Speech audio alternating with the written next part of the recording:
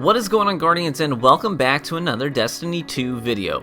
The Sentinel Shield is a super that is new to the Destiny world. It takes the already existing Defender subclass and modifies it to have incredible offensive capabilities in the PvP arena for Destiny 2. With the Code of the Aggressor selected, a Sentinel can easily wipe the entire team and walk away with full health if that player knows how to leverage all the strengths of the subclass effectively and efficiently in the heat of combat. I can promise you that if you get past the button mashing novice stage, you can learn some handy tricks to maximize your damage and lethal potential of the Sentinel Shield super. In this video, I'm going to break down some of my best tips to help you do exactly that. I'll share some of the core moves, and then in the end we'll put them all together to make one tanky and scary powerful super. The first thing you need to know about the Sentinel super is that aerial activity is best. One of the best moves for the Sentinel super is the Shield Lunge. It has high tracking, better hit registration than the Shield Swipe, and does AoE damage capable of eliminating 2 full health players with a single lunge.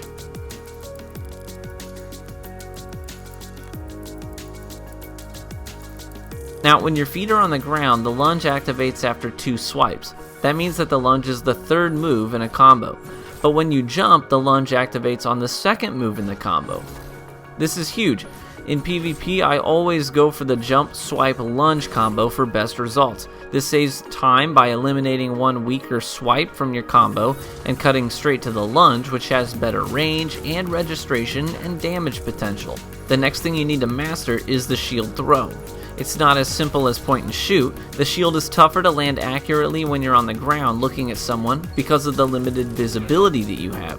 Since you're in third person, your character covers an odd portion of the screen on the left side of your targeting reticle, and it makes aiming kinda awkward. If you are airborne, you have a little more visibility to work with. Also, the shield will do just over 200 damage if it impacts a player directly. This is easily enough to eliminate any player that isn't in their super or has an overshield. But the shield loses some of the damage potential if it is ricocheted off a non-player surface, reducing its output to 150 damage. Just know that you'll have to do some follow-up damage if you toss the shield off of a wall or a doorway into an area where opponents are. Also note that the shield toss is exponentially more powerful in choke points and hallways. The next thing you have to master is one of the greatest utilities in the Sentinel's belt, but it's often the most overlooked. When holding the left trigger, the Sentinel blocks incoming damage and turns it into orbs of light to charge teammates' supers.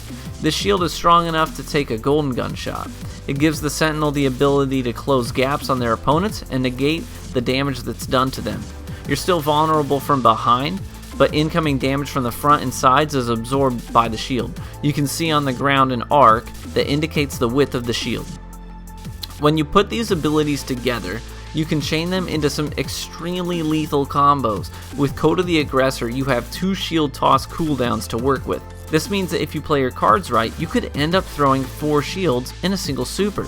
You can lead with a shield toss, immediately hold the left trigger to pull up your defensive shield, watch shield number 1 take out an opponent, safely approach another opponent with your shield up, line up another toss, whip the shield at them, and instantly pull up your defensive shield again, etc. Sometimes if the first opponent is close, you can lead with the aerial lunge, chain it into a shield toss for the second opponent, block incoming damage while you find another opponent, and whip another shield at them.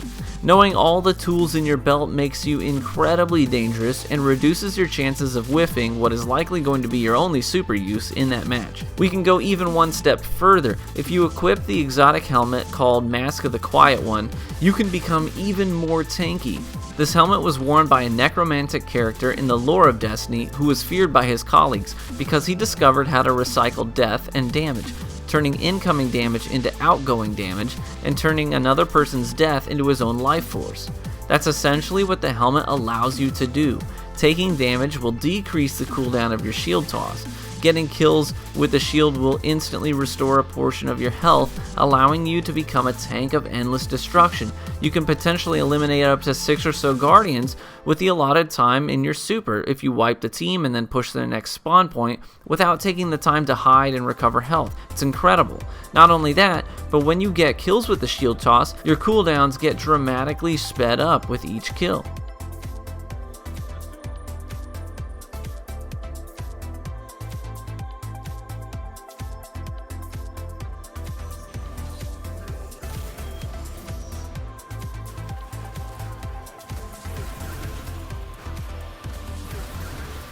That's going to be it from me.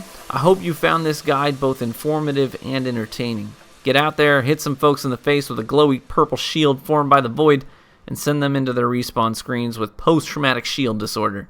I'm True Vanguard, and I'll catch you in the Crucible.